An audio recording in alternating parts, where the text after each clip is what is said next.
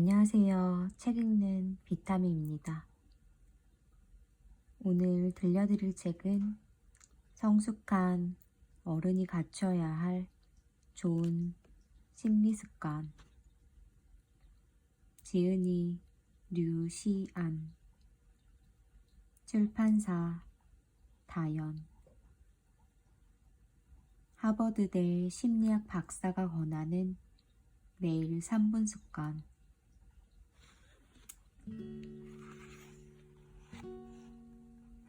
프롤로그.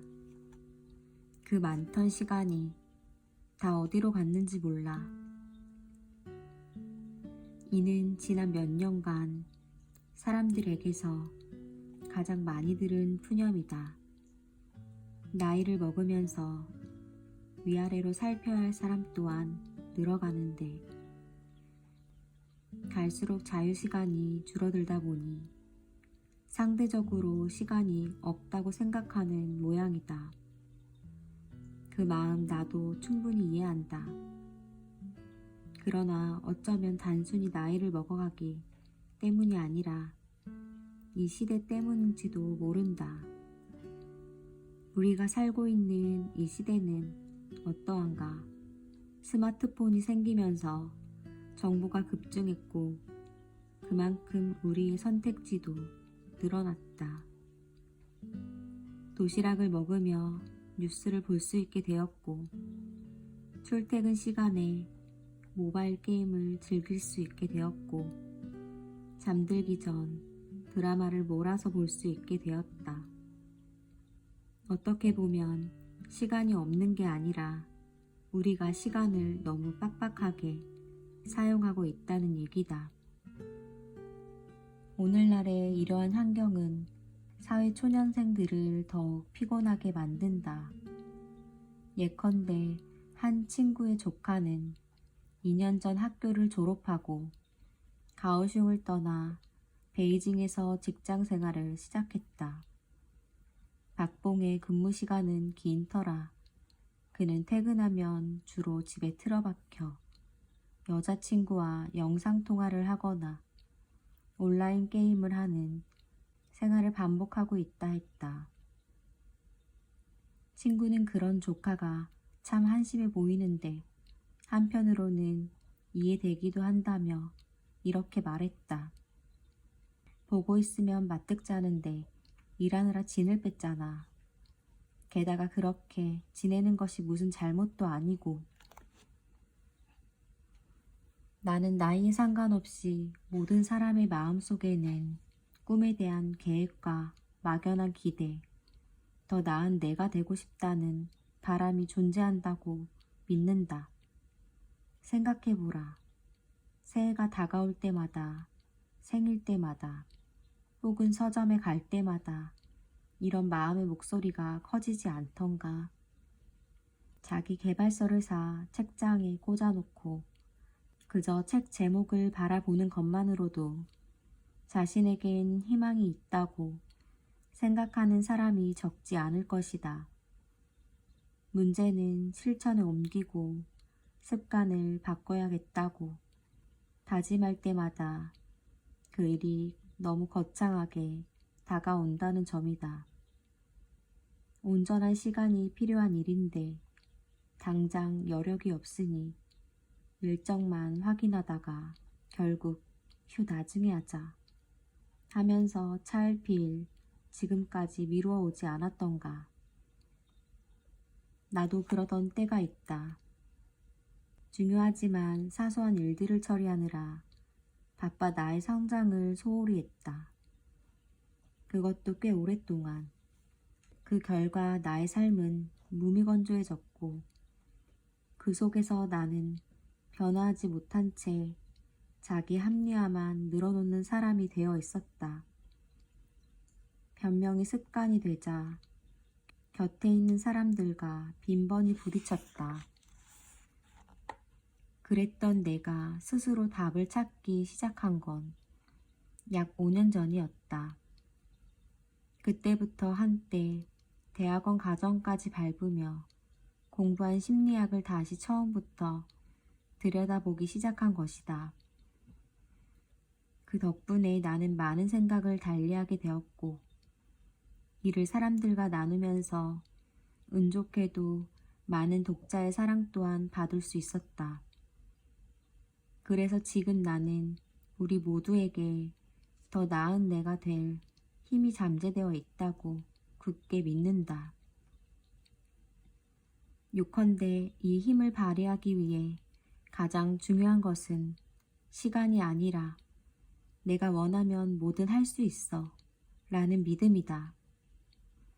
물론 이러한 믿음은 일상 속의 작은 성공을 통해 차곡차곡 쌓아 올린 자신감에서 비롯되어야 하며, 이를 위해서는 5단계를 거쳐야 한다. 스텝 1. 행동에 숨겨진 심리적 동기 이해하기. 스텝 2.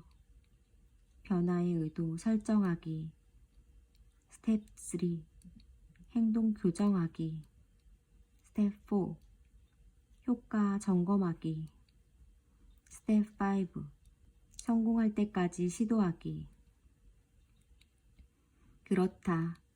이 책은 우리 모두가 일상 속의 작은 성공을 통해 자신감을 키우고 나아가 내가 원하면 뭐든 할 수 있어 라는 믿음을 갖길 바라는 마음에서 시작되었다. 물론 책을 읽다 보면 정서적 협박이라든지 유리멘탈, 가면증후군 등의 익숙한 용어들도 있을 테고, 소극 격발, 감정 환기의 잘못된 귀인 등의 생소한 용어들도 있을 것이다. 여하튼 이것들은 일상생활 중 불쑥불쑥 튀어나오는 비이성적인 행동에 숨겨진 비밀을 이해하는 데 분명 도움이 될 것이다. 아침 시간이나 출퇴근 시간 혹은 취침 전에 읽어도 좋다. 지하철을 타고 2-3 정거장을 지나는 시간이면 한 장을 읽을 수 있도록 구성했으니 자투리 시간을 활용해 생활 속 다양한 문제에 대한 심리학적 해석을 접해보기 바란다. 최소의 투자로 최대의 효과를 보길 원하는 독자들을 위해 짧은 시간에 몸매를 관리할 수 있는 7분 전신 운동을 벤치마킹, 장마다 연습 방법도 요약해 두었다. 티끌모아 태산이 되고 낙숫물이 대도를 뚫는 법이다. 더 나은 자신이 되고 싶다면 매일 짬을 내 나와 잘 지내는 방향으로 뇌파를 조정해보라. 내가 원하면 뭐든 할 수 있어라고 자신에게 말해주다 보면 조금씩 그 말이 행동이 되어 성과로 나타날 것이다. 파트 2. 자율편. 삶의 규율을 정하는 연습. 당신이 돈을 들여 피트니스 센터에 등록하고도 운동하러 가지 않는 이유. 최소한의 정신력과 체력으로 이를 완수할 수 있을 만큼 목표를 작게 쪼개 간단한 일부터 하나하나 완수해 가다 보면 점차 큰 목표를 향해 나아갈 수 있다.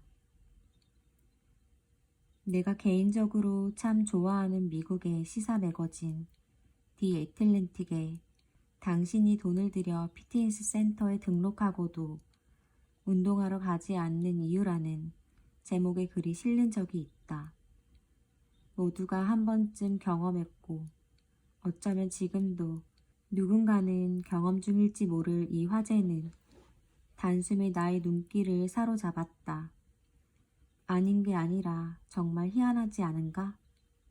기껏 돈을 들여 피트니스 센터에 등록해놓고 속으로는 이를 피하기에 급급하니 말이다.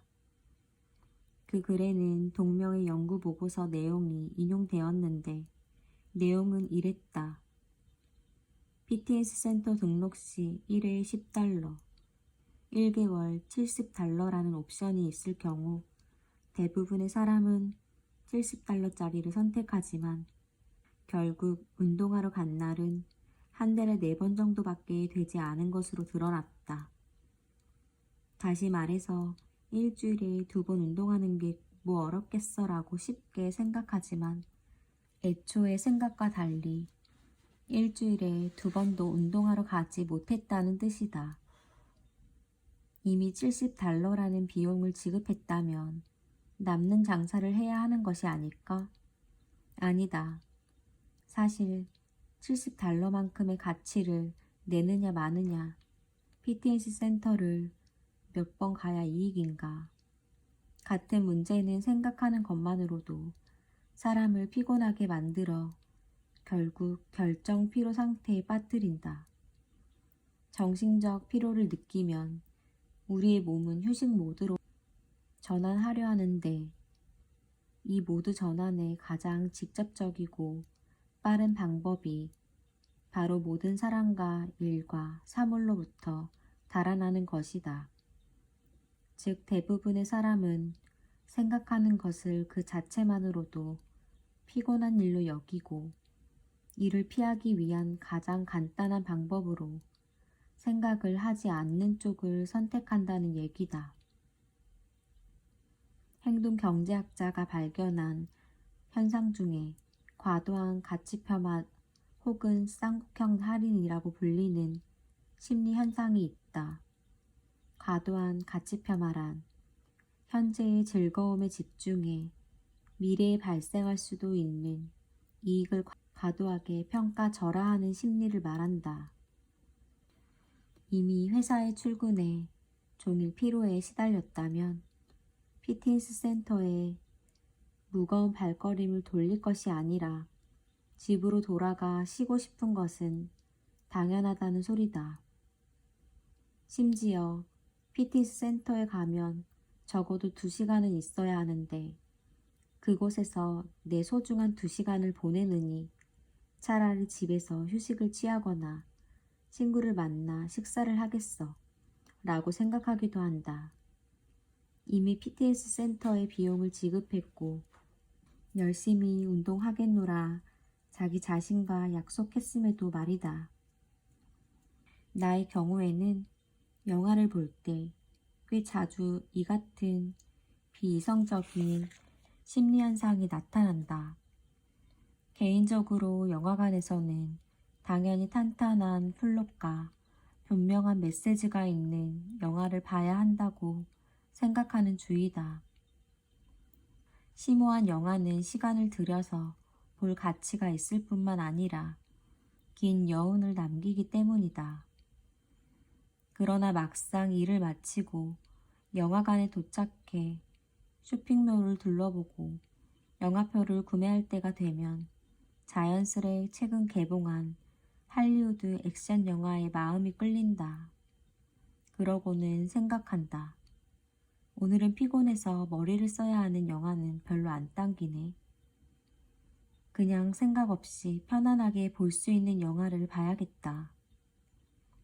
이렇게 내 돈 주고 영화를 보러 가서 결국 눈이 즐거운 액션 영화를 선택한 적이 한두 번이 아니다. 물론 영화를 본 후 왜 돈 주고 이런 영화를 봤지? 완전 시간 낭비했네 라고 생각한 적도 많다.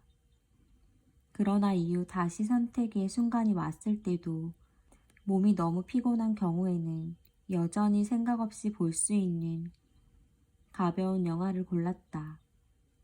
따지고 보면 볼만한 가치가 있다고 생각했던 대작들은 오히려 집에서 TV 채널을 돌리다 우연히 발견하고는 중간 광고를 참아내며 띄엄띄엄 본 것이 대부분이다. 그런데 흥미롭게도 영화를 볼 때 나타나는 과도한 가치폄하 현상에 대해 정말로 연구를 진행한 사람이 있다. 그 연구 결과에 따르면 미래에 볼 영화를 선택할 때 사람들은 보통 라쏘몽이나 3가지색 3부작, 블루, 화이트, 레드, 쉰들러 리스트와 같이 심오한 대작들을 선택하지만 컨디션이 조금만 좋지 않아도 할리우드 액션 영화나 코미디 영화를 우선순위에 두는 것으로 나타났다. 아마 각자의 VOD 영화 구매 목록만 봐도 구매 당시에는 죽기 전에 꼭 봐야 할 영화라고 생각해 시간 날 때 보겠노라 결제해 두었지만 지금까지도 적당한 감상 시간을 찾지 못한 영화가 꽤 있을 것이다. 사실 과도한 가치 폄하 현상이 나타나는 이유는 꽤 명확하다. 우리는 우리 자신에게 가장 이익이 되는 일을 추구하는데 여기에는 자기 자신에 대한 높은 통제력이 필요하며 자기 통제에는 체력과 정신력이 수반되어야 한다. 그러나 이미 고단한 하루를 보냈다거나 누군가에 의해 많은 에너지를 소비한 상황에 장시간을 투자해야 비로소 이익을 얻을 수 있는 일에 시간을 할애할 것인지의 결정에서는 당장 자신에게 가장 수월한 일을 선택하게 되어 있다. 왜냐? 사람의 체력이나 정신력에는 한계가 있기 때문이다. 일을 해야 피트니스 센터에 등록하든지 영화를 보러 가든지 할 수 있으니 따지고 보니 어쩔 수 없는 일일 셈이다. 그러므로 인생에서 중요한 결정을 해야 한다거나 제대로 배워둬야 할 일이 있을 때는 휴가를 내어 체력과 정신력을 회복한 후 다시 결정하는 방법을 고려해 볼 필요가 있다. 과도한 가치 폄하가 일어나는 또 다른 이유는 우리 마음속 깊은 곳에 자리한 신념과도 연관이 있다. 다시 말하면 우리가 당장의 즐거움을 추구하는 사람이기 때문에 결정의 순간 진짜의 핵심 가치를 드러내게 된다는 뜻이다. 만약 우리 스스로 나는 당장의 즐거움을 추구하는 사람임을 인정하고 받아들인다면 오랜 시간을 들여 자신에게 투자하고 또 단속하는 문제를 두고 자신을 그리 들볶지 않게 될지도 모를 일이다. 물론 이렇게 되면 마음은 즐거울지 몰라도 결국 자기 자신을 망치는 길이 될 수 있다. 우리 인생이 본래 수많은 타협과 줄다리기의 연속이듯 더 나은 미래를 바라는 마음과 좀 더 즐거운 현재를 바라는 자신 또한 끊임없이 싸움을 벌인다. 아마 우리는 모두 게으름을 극복해 쉼없이 발전하는 내가 되길 바라고 있을 것이다. 그렇지 않다면 이 책을 읽고 있지도 않을 테니 말이다. 그렇다면 우리가 과도한 가치 폄하의 저주를 극복할 방법은 무엇이며 더 이상 후회를 남기지 않을 선택 방법은 또 무엇일까? 여기에 참고할 몇 가지 방법이 있다. 첫째, 자신의 미래의 자아를 강화한다. 수시로 미래를 상상하며 자신의 앞으로 무엇을 얻고 싶은지를 일깨우고 그 과정에서 생긴 기대감으로 에너지와 동기를 얻는 것이다. 단, 지나치게 이상적인 미래가 아닌 현실적인 미래를 그려야 한다. 그러니 백일몽을 꿔도 좋다. 그러나 무엇보다도 자신이 완수할 구체적인 계획을 상상해 보는 것이 가장 좋다. 둘째, 자신이 해야 할 일에 대해 공약을 건다. 결정할 때 반드시 자신이 한 약속에 책임을 져야 한다고 생각하면 유혹 때문에 단기적인 결정을 하는 상황을 막을 수 있다. 자신이 내건 공약을 적어 평소에 자주 볼 수 있는 곳에 붙여두고 초심을 잃지 말자고 스스로 주의를 환기해도 좋다. 셋째, 장기적인 큰 목표를 단계성을 가진 작은 목표로 나누어 하나씩 완료해 나간다. 자신에게 장기간 투자를 해야 큰 수익을 얻을 일이 생겼을 때 우리는 오히려 뒷걸음질을 치기도 한다. 목표가 너무 크기 때문이다. 이럴 때는 성장하는 과정이라고 생각하는 것이 도움된다. 그렇다면 큰 목표에 도달하기까지는 몇 개의 작은 목표를 완수해야 할까? 매일 피트니스 센터에 가는 것을 큰 목표라고 가정한다면 처음부터 지옥 훈련에 버금가는 하드 트레이닝을 할 것이 아니라 비교적 쉽고 간단한 강습을 받을 것으로 시작하는 것이 좋다. 또는 하루 30분 정도로 시작하여 익숙해진 뒤 다시 시간을 연장하도록 한다. 최소한의 정신력과 체력으로 이를 완수할 수 있을 정도로 목표를 작게 쪼개 간단한 일부터 하나하나 완수해 가다 보면 점차 큰 목표를 향해 나아갈 수 있다. 그러면 너무 요원한 목표를 설정할 일도 없고 목표를 완수할 때마다 작은 성취감을 쌓아 나갈 수도 있다. 요컨대 우리에게 과도한 가치평가 현상이 나타나고 있음을 확실하게 인정하고 이것이 지극히 자연적인 현상임을 인지한 후 다시 이성적인 선택을 하도록 해야 한다. 지속적인 성장으로 지금보다 더 나은 내가 되길 원한다면 현재 당면한 비이성을 한 걸음 한 걸음 차근차근 극복해 나가라. 극복한 후에는 잠시 쉬어도 좋다. 어쨌든 놀지 않고 일만 하면 바보가 되는 법이니까 말이다. 그러니 진보하되 따분하지 않은 사람이 되자. 목표를 세울 때는 의지력으로 유혹에 맞서지 말라. 다른 사람이나 자신의 행동을 바꾸고 싶다면 마음의 준비를 단단히 해야 한다. 문제 행동이 사라지기 전에 더 악화되는 순간이 찾아올 테니까 말이다. 일상생활에서 흔히 일어날 수 있는 비이성적인 상황이 있다. 아마 다이어트를 해본 경험이 있는 사람이라면 100% 공감할 것이다. 내 친구 샤오이에는 30살 후 자신의 체중이 꽤 불었다는 사실을 깨닫고는 다이어트를 결심했다.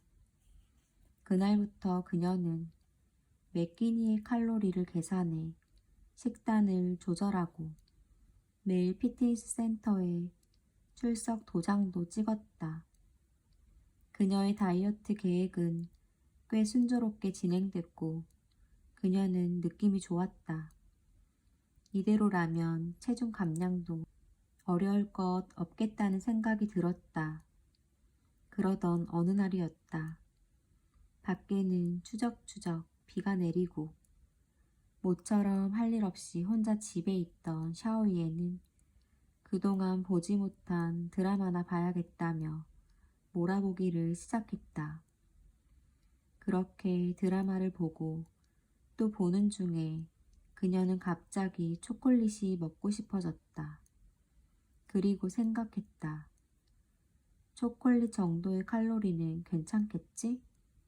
카카오 함량이 높은 초콜릿은 다이어트에 도움된다고 했어. 그런데 그렇게 먹기 시작한 초콜릿이 재앙의 시작이 될지 누가 알았겠는가. 그녀가 정신을 차렸을 때 그녀는 이미 초콜릿 한 봉지를 다 먹어치우고 난 후였다. 이럴 수가. 물밀듯 밀려오는 죄책감에 샤오위에는 결국 이성과 정반대되는 일을 하고 말았다. 오후 내내 드라마를 몰아보며 두 번이나 배달 음식을 시킨 것도 모자라 분노에 가득 차 아이스크림 한 통을 모두 비워낸 것이다.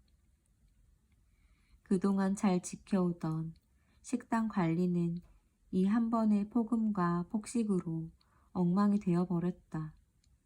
이건 대체 어떻게 된 것일까? 행동 심리학에서는 이러한 현상을 속어 격발이라고 부른다. 속어 격발은 우리의 일상생활에서 흔히 나타나는 현상 중 하나다.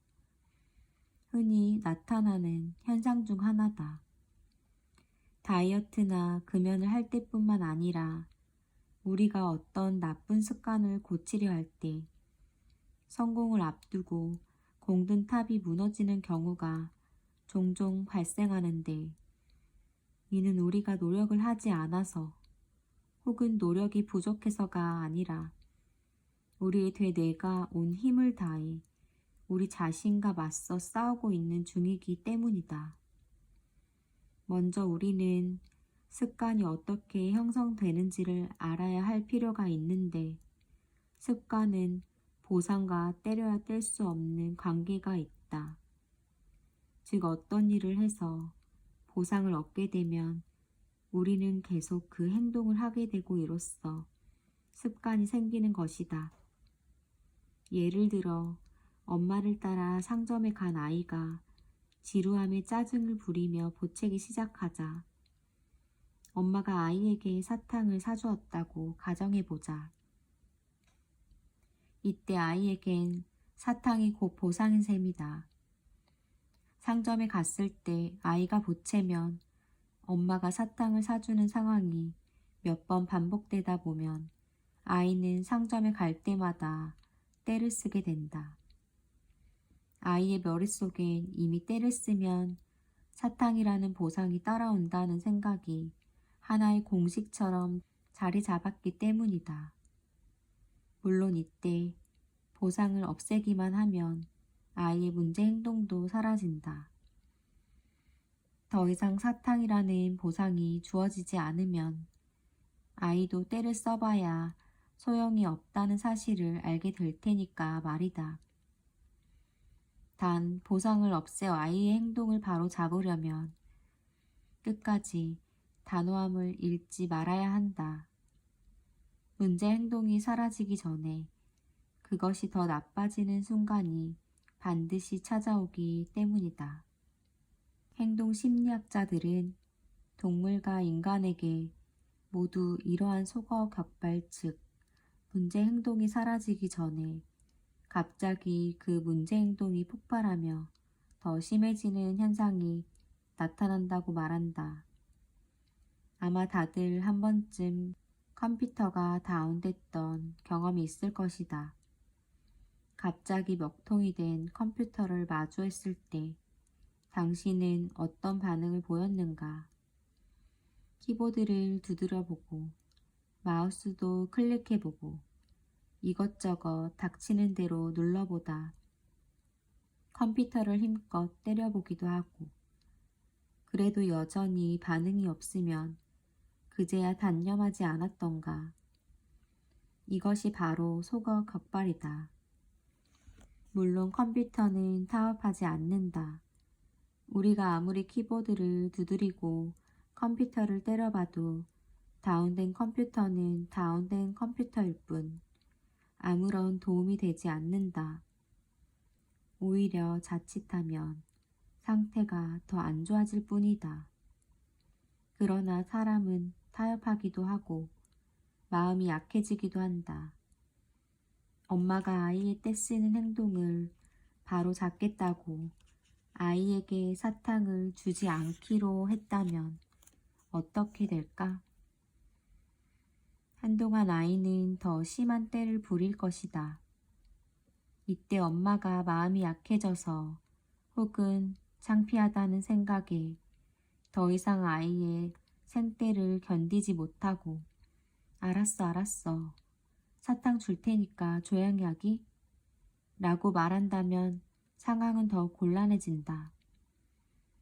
이후 아이의 행동을 바로잡고 싶어도 한층 더 심해진 속어 격발 현상 때문에 현상 유지 시간 또한 훨씬 더 길어질 테니까 말이다.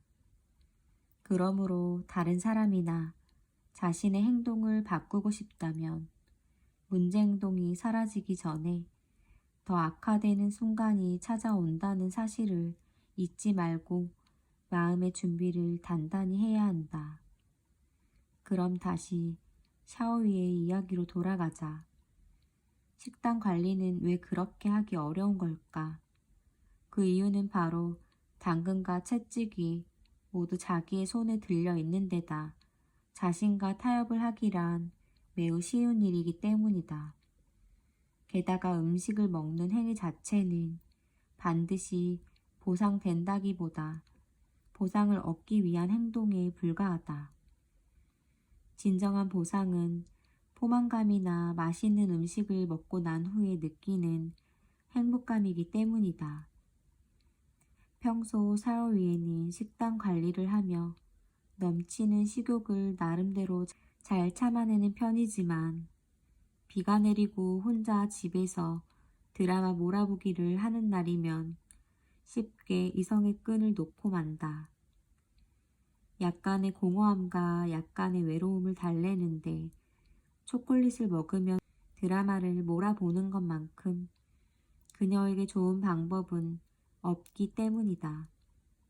샤오위에가 전부터 이런 습관을 가지고 있었다면 다이어트 한답시고 드라마를 보며 샐러드를 먹었어도 결과는 마찬가지였을 것이다. 그녀의 되뇌는 분명 그러한 변화에 저항의 소거 격발을 일으켰을 테고 결국 식욕은 더 폭발했을 것이다.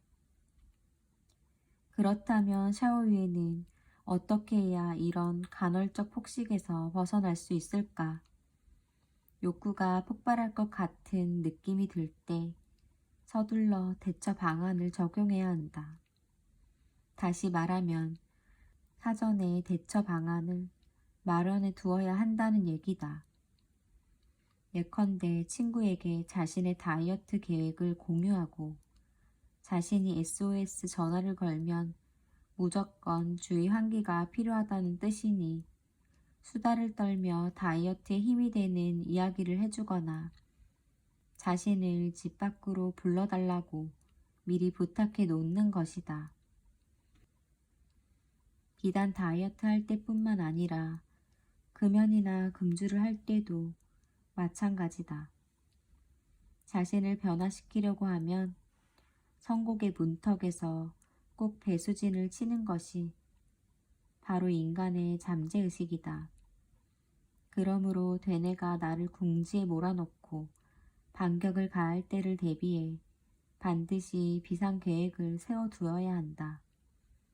되뇌의 공격에 더 이상 버티지 못할 것 같은 순간이 오거든 가족이나 친구의 도움을 받아 정신을 분산시키고 환경을 바꿀 수 있도록 말이다.